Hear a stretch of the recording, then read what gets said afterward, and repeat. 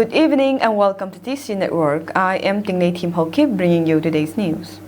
Today's top headlines include KSO General Headquarters refute Kokomi's memorandum to withdraw Assam Rifles from Manipur. Assam Rifles DG PC Nair clarifies on misleading Manipur videos. 1,600 tons of lithium deposits found in Karnataka.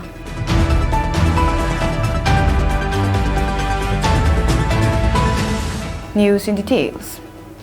The KSO General Headquarters is coercing to address and refute the recent memorandum submitted by the Coordinating Committee on Manipur Integrity Kokomi requesting the withdrawal of Assam Rifles from Manipur. This memorandum, based on allegations of bias and inefficiency, is fundamentally flawed and lacks substantiated evidence. Kokomi's claims hints on a statement made by former BSF Additional Director General ADZ PK Mishra, who alleges a close link between Assam Rifles and Kuki militants. This assertion is not only speculative but ignores the fact that Assam Rifles, along with other central security forces, have been mandated to uphold neutrality and ensure the safety and security of all communities in Manipur. Their role has consistently been to mediate and manage the crisis impartially. The accusation that Assam Rifles has failed to act against Kuki militants is unfounded. Numerous reports and evidence confirm that central forces, including Assam Rifles, had actively engaged in operations to curb violence and restore peace. Also, the recent flood incident in the Valley area and in Imphal City, where many houses and other properties were destroyed, it was the Assam Rifles who rescued the flood victims and provided them safe passage and shelter and food too. If not for the Assam Rifles, the casualties in the valley during the flood would have reached maximum. The social media links provided by the Kokomi in the memorandum are unfounded and baseless without any evidence. The incidents of Dolai Thabi under Cycle Subdivision Sadar Hills is the work of Valley-based insurgency groups VBIGs, where many Kuki villages in and around were attacked and burned down, but the blame was put against the Kuki. The KSO General Headquarters would further like to clarify that videos provided by the Kokomi is of Myanmar before the ethnic violence erupted on 3rd May 2023 and is not related with the current situation in the torn-apart state of Manipur. And also to recall the incident of Suknu area, the Meitei militants used the Casper of Assam Rifles and attacked the Kuki villages and burned down all the Kuki villages in the surroundings. And also, one of the videos provided in the memorandum was of KNF designated camp, which was undergoing a camp inspection and was wrongly indicated to the war zone light.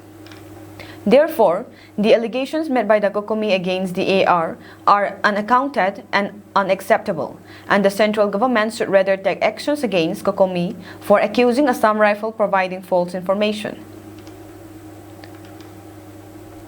Assam Rifles Director General Lieutenant General PC Nair has addressed concerns about the Manipur situation, stating that many videos circulating are doctored and do not belong to the Northeast.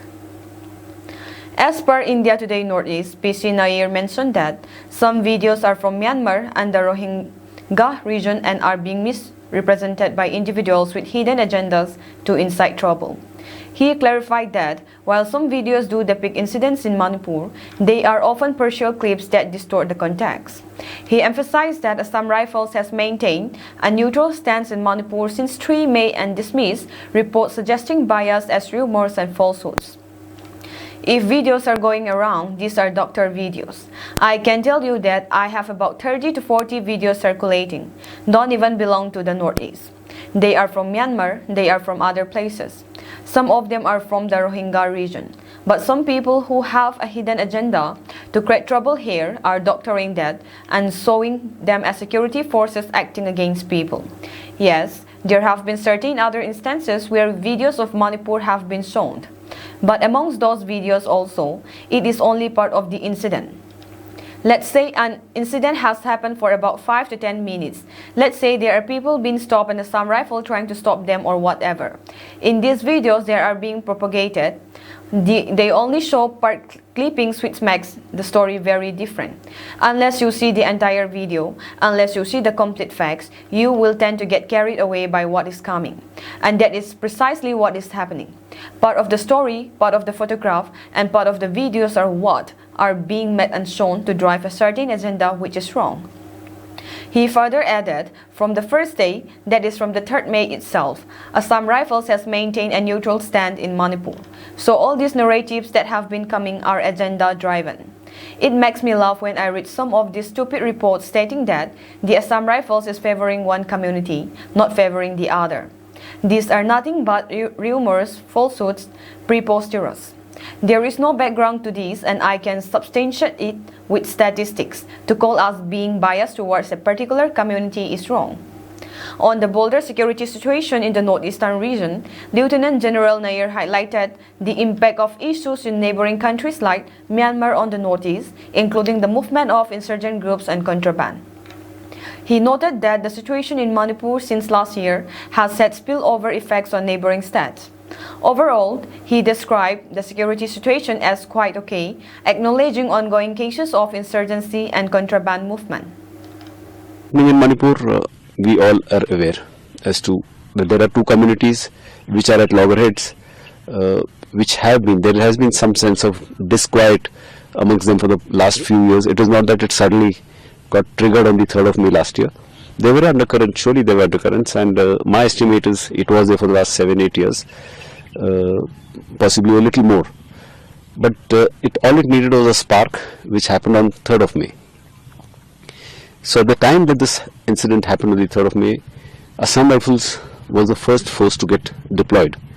Immediately, more than 100 columns of ours got deployed. A day or two later, the Indian Army columns also came in additionally. It got built up to about 140-150 columns. And then you have the other paramilitary forces and the CRPFs also coming in. On the current situation in the northeastern region, Assam Rifles Director General Lieutenant General P.C. Nair says, when you look at the security situation in the northeast, you also have to look at the situation in the neighboring countries, adjacent in some way or the other. The northeast itself shares border with Bhutan, Myanmar, China, Bangladesh and Nepal, of course, a little off beyond the sitting recorder. But the point I am trying to make is that if there is something happens in any of these countries, particularly in the bordering areas, there will be an impact here also because of the common land borders and the common ethnicity that is shared.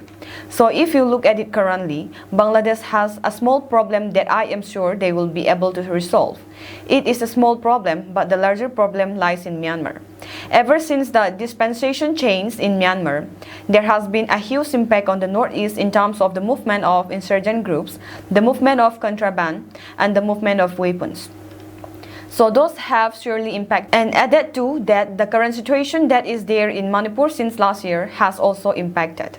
Whatever happens in Manipur doesn't get restricted to Manipur. There is a propensity of that having a spillover effect in the neighboring states also. So if you ask me in one line as to what is the overall security situation, it is quite okay, nothing great. In terms of insurgency, yes, there are cases in terms of the move of contrabands, cases of the move of militants to the camps, so these kind of things have been happening for long periods. Over 1,500 Myanmar refugees seek shelter in Mizoram. There has been a fresh influx of refugees from Myanmar into Mizoram. According to reports, over 1,500 Myanmar nationals have sought refuge in Mizoram over the past 1 week. This fresh influx of Myanmar nationals is a result of renewed battle between the Myanmar army and an alliance of 3 ethnic insurgent groups, including the Chin National Army (CNA). The Myanmar military, known as the Tatmadaw, has engaged in fresh armed conflict with the alliance of insurgent outfits in Chin and Rakhine states of the country. As a result, around 1,500 new refugees have entered Mizoram over the past week. These Myanmar refugees have sought shelter in Mizoram districts of Champhai, Serchhip, Longtlai, Saiha and Aizawl. With this fresh influx, the total number of Myanmar refugees in Mizoram has risen to over 35,120. These refugees have fled into Mizoram in various phases since the military takeover in Myanmar in February 2021. In addition to the Myanmar nationals, over 2,000 Bangladesh tribals from the Bon Kuki community have sought refuge in Mizoram since November 2022. These refugees fled from the Chittagong Hill Tract (CHC) of Bangladesh following an offensive by the Bangladeshi army against the insurgent group Kuki Chin National Army (KNA). Most refugees are staying in rented accommodations and homes of their relatives or friends, while others are living in relief camps across Mizoram. Mizoram shares a 510-kilometer-long unfenced border with Myanmar and a 318-kilometer international border with Bangladesh. Union Home Minister Amit Shah extended greetings to all brave CRPF personnel and their family members on the Central Forces Raising Days on Saturday. He also paid tribute to the CRPF soldiers who sacrificed their lives in the line of duty. In a tweet, Shah said, "Greetings to the CRPF personnel and their family members on their Raising Day. Since its inception, the CRPF India has taken national security as its mission. The brave soldiers of the force have exerted all their might to accomplish this goal without ever caring for their lives and have emerged victorious every time. I bow to the martyrs of the CRPF who laid down their lives in the line of duty." The Central Reserve Police Force (CRPF) stands as India's largest central armed police force. It was initially established as the Crown Representatives Police of July 27, 1939, and assumed its current name when the CRPF Act was passed on December 28, 1949, as per the CRPF official website. In addition to its responsibilities in maintaining law and order and countering insurgency, the CRPF has played a crucial role in the conduct of general elections over the past few years, the website said. The CRPF plays a crucial role in safeguarding critical central government facilities, including airports, power plants, bridges, Doordarshan Kendras, all India radio stations, the residences of governors and chief ministers, nationalized banks, and various other government establishments in states affected by insurgency. A total of 16 COIs are assigned to provide security for 3 highly sensitive shrines: Krishna Janma Bhumi, Sahi Idgah Masjid Complex in Mathura, and the Ram Janma Bhumi Temple in Ayodhya. The CRPF also deploys 6 companies to ensure the security of the Mata Vishno Devi Shrine in Katra, Jammu, within the Union Territory of Jammu and Kashmir. Furthermore, the CRPF provides static guard service for the residences and offices of the Prime Minister, various union ministers, and other dignitaries. Yesterday at 11 a.m., the first menstrual hygiene awareness camp in Saikot AC, organized by Soysop, a foundation for children at Bijang Churachandpur. A speech on awareness on menstrual health was given by Sister Chongboy Haukip GNM. She says that women should care about their sanitation a lot, especially during their monthly periods. She also gave awareness on what to do and what not to do during periods. Lam Kholing Haukip, wife of Pauline Lal Haukip, Honorable MLA 59 Saikot STSC, handed over free sanitary kits to the attendees. It may be highlighted that Soysop, a foundation for children, was established on March 4, 2023 under the backup of Pauline Lal Haukip, MLA Saikot, and many other MLAs as well.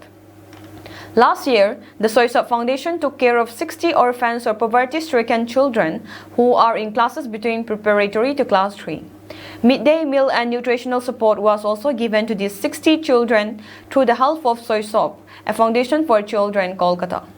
This year, 84 students are benefiting from Soysop Foundation, where the students were given free textbook, notebook, bag, midday meal, and nutritional support.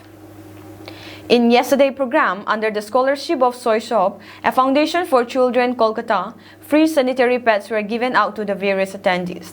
The project coordinator says words of thanks, after which the program concluded successfully. Sanitary pads beneficiaries were 48 women. Heavy rains triggered a massive landslide in Kohima, damaging at least 4 houses, officials said on Friday. The incident happened in Pejilisi colony in Ward 3 North Block, they said. The landslide also partially damaged some adjacent houses, they said, adding that at least 20 families were rendered homeless. Newly elected councillors of the Kohima Municipal Council, led by their chairman Nair Sokri and deputy chairman Khrilevi Chusi, visited the affected area.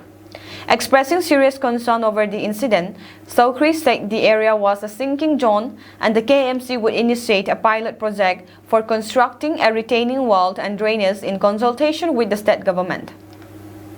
The councillor of the affected ward, Rokovoli Rutsa, said that such a massive landslide in the area has occurred for the first time since 2017. He said the locals were helping the affected families.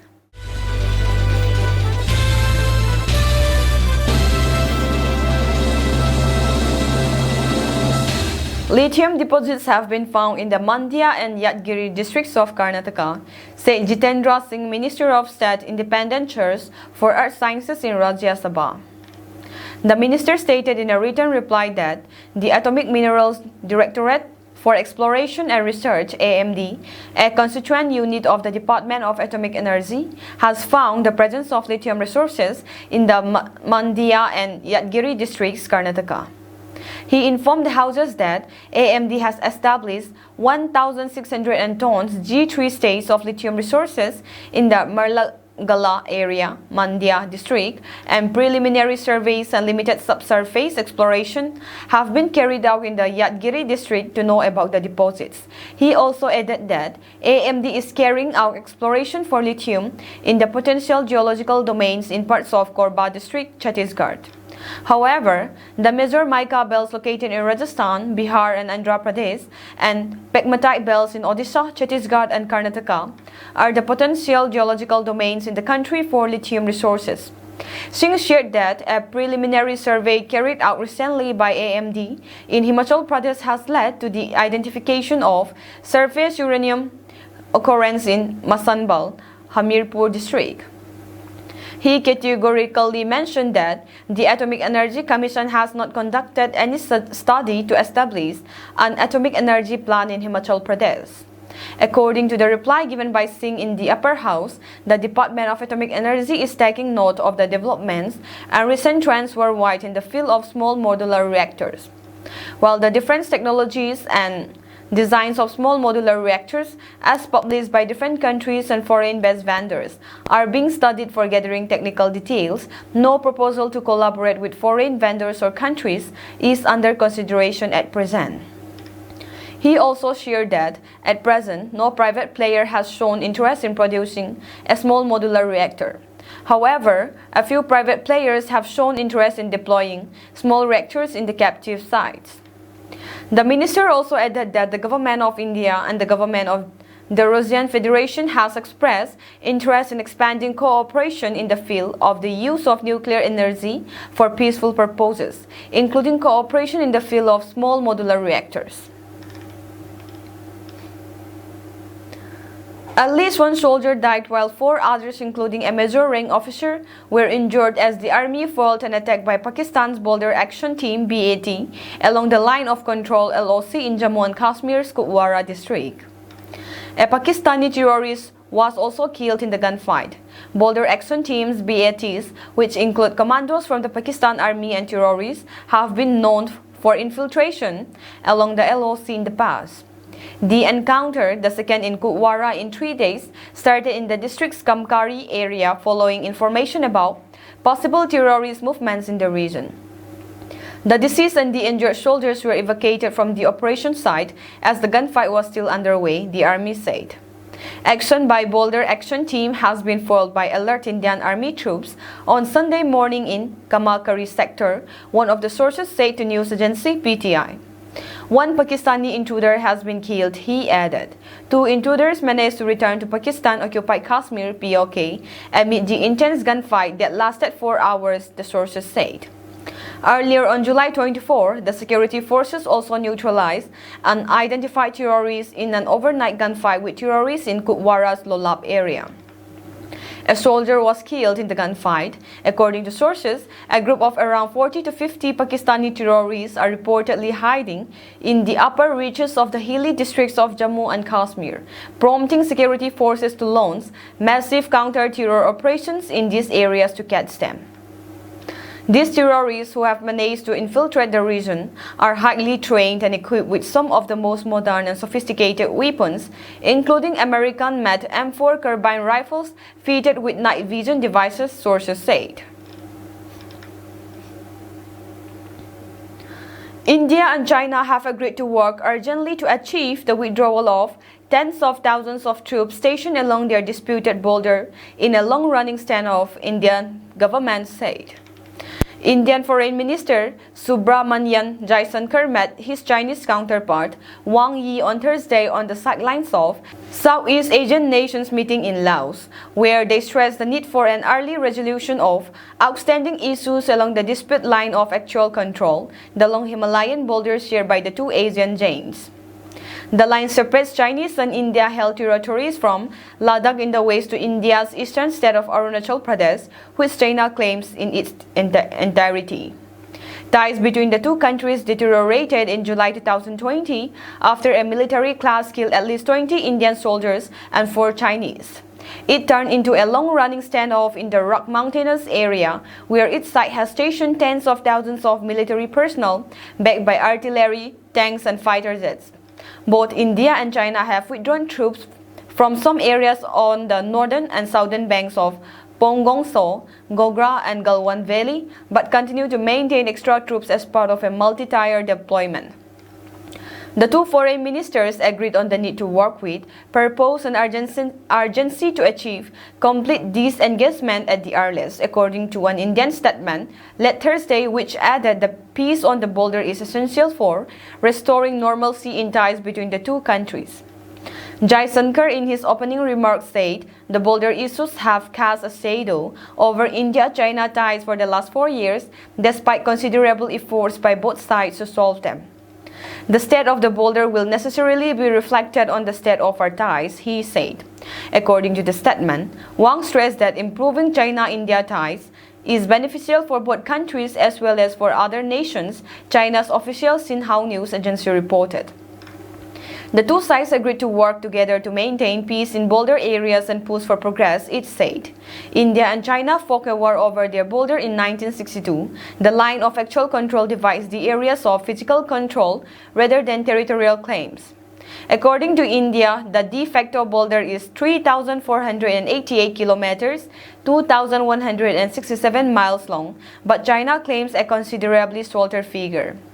Top Indian and Chinese army commanders have held several rounds of talks since the military clash to discuss the disengagement of troops from areas of tension. A person was killed and 2 others were injured after a 3-story building collapsed in Navi Mumbai on Saturday. The incident happened in Sector 19 of Sabaz village amid heavy rain in parts of Maharashtra.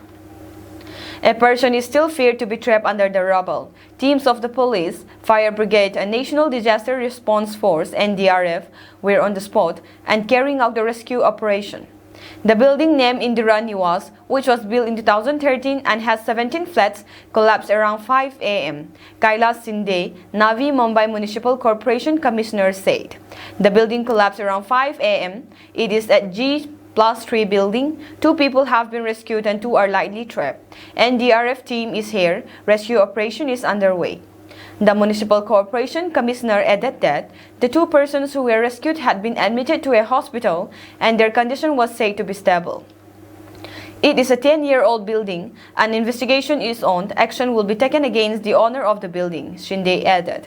Most of the residents reportedly left the building after it started sagging. Around 40 adults and 13 children came safely and were sent to a shelter set before the building collapsed. According to some media reports, over 20 families resided in the building. The incident comes a week after an 80-year-old woman was killed and 4 others sustained injuries after a portion of a balcony of a 4-story residential building collapsed in South Mumbai.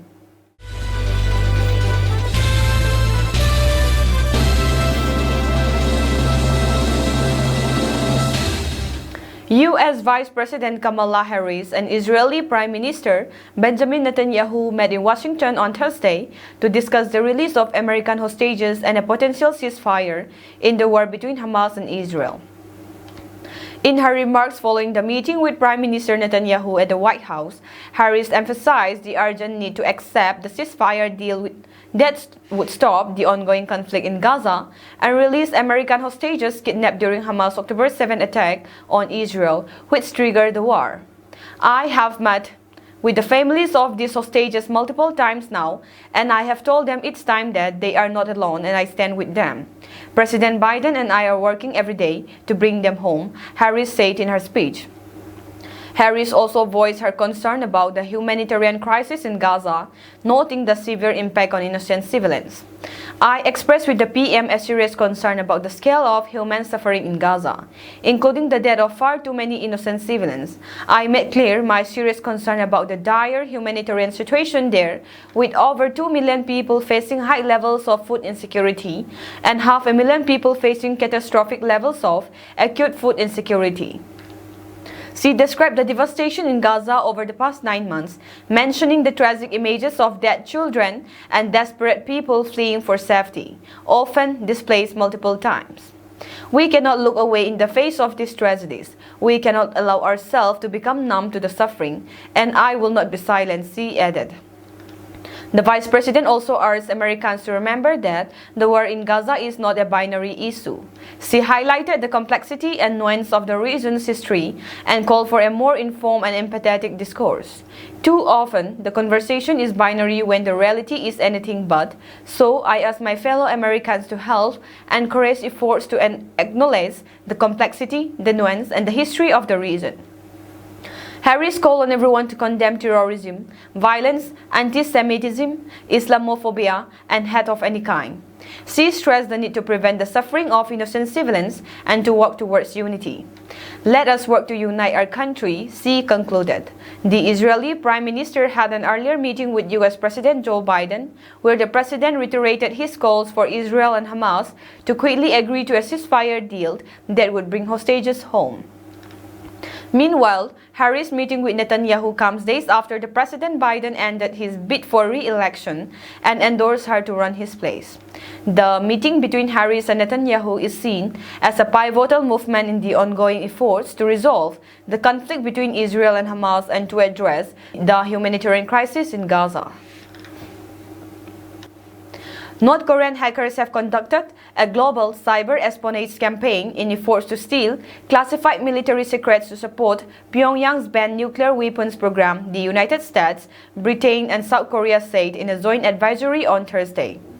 The hackers, dubbed Anadril or APT-45 by cybersecurity researchers and believed to be part of the North Korean's intelligence agency known as the Reconnaissance General Bureau, an entity sanctioned by the U.S. in 2015.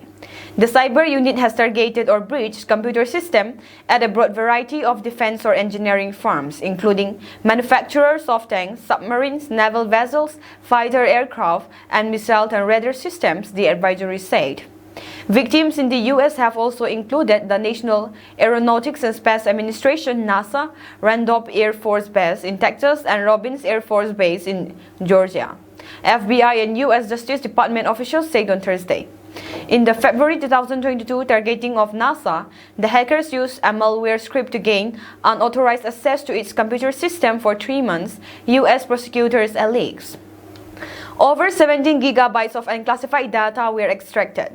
The authoring agencies believe the group and the cyber techniques remain an ongoing threat to various industries sectors worldwide, including but not limited to entities in their respective countries, as well as in Japan and India, the advisory said. Internationally isolated North Korea, known formally as the Democratic People's Republic of Korea (DPRK), has a long history of using covert hacking teams to steal sensitive military information.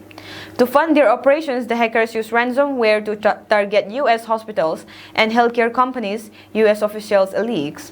On Thursday, the U.S. Justice Department said it had charged one suspect, Rim Jong-hyuk, for conspiring to access computer networks in the United States and money laundering. One of the ransomware incidents that RIM is charged with involved a May 2021 hack against a Kansas-based hospital that paid ransom after the hackers encrypted 4 of its computer servers. The hospital paid in Bitcoin, which was transferred to a Chinese bank and then withdrawn from an ATM in Dandong, China, next to the Sino-Korean Friendship Bridge, which connects the city to Sinuizu, North Korea, the indictment said. The FBI said it is offering a reward of up to $10 million for information that will lead to Rim's arrest. He is believed to be in North Korea. FBI and Justice Department officials told reporters on Thursday they have seized some of the online accounts belonging to the hackers, including $600,000 in virtual currency that will be returned to victims of the ransomware attacks. The global cyber espionage operation that we have exposed today shows the lengths that DPRK state-sponsored actors are willing to go to pursue their military and nuclear programs, said Paul Chichester at Britain's National Cybersecurity Center, part of the country's GCHQ spy agency. In August last year, Reuters exclusively reported that an elite group of North Korean hackers had successfully breached systems at NPO Mashinostroyenia, a rocket design bureau based in Ryutov, a small town on the outskirts of Moscow. As was the case with that hack, a PT-45, part of North Korea's Reconnaissance General Bureau Intelligence Agency, used common phishing techniques and computer exploits to trick officials at the farms they were targeting into giving away access to their internal computer systems, Thursday's advisory said. Former President Donald Trump promised Friday to go back to Butler, Pennsylvania, the town where a shooter attempted to assassinate him and kill one rally-goer during a campaign event nearly 2 weeks ago. I will be going back to Butler, Pennsylvania for a big and beautiful rally honoring the soul of our beloved firefighting hero, Corey, and those brave patriots injured 2 weeks ago, Trump wrote on Truth Social. What a day it will be. Fight, fight, fight. Stay tuned for details. He was referring to Corey Compirator, a firefighter in the crowd who was killed by the gunman, and 2 other survivors who were hospitalized. As Secret Service officers ushered the bleeding Trump off the stage at the rally, the former president posed, raised his fist and chanted, "Fight, fight," an image that instantly defined his campaign. The announcement came early 2 weeks after the shooting and in the midst of an unusually chaotic news cycle. Since the shooting, Trump announced sent J.D. Vance as his running mate at the Republican National Convention and officially cleansed the Republican presidential nomination. President Joe Biden announced he was dropping out of the race, and Vice President Kamala Harris launched her own campaign. Meanwhile, former USSS Director Kimberly Chitler resigned from her post Tuesday over her handling of the security at the Butler rally after fierce criticism from lawmakers. The Secret Service has since encouraged Trump to stop holding rallies outside. It's unclear where the rally would be held in the town, which was a population of about 1,300 according to 2023 U.S. Census data. The Trump campaign had asked to hold the July 13 rally at the town's regional airport, but there was already another event scheduled for that day, Tribe Life reported. Brazil has recorded the world's first Oropouche virus deaths, the country's health ministry said Thursday, after 2 men died of the illness spread by infected flies and mosquitoes. The women from the state of Bahia in northeast Brazil were under 30 years old with no comorbidities, but who had signs and symptoms similar to a severe case of dengue, the ministry said in a statement. The U.S. Centers for Disease Control and Prevention website states there are currently known outbreaks of Oropouche in parts of Bolivia, Brazil, Colombia, Cuba, and Peru. The Brazil Health Ministry said there have been 7,236 cases of Oropouche infection recorded in 2024, with the majority being reported out of the states of Amazonas and Rondônia.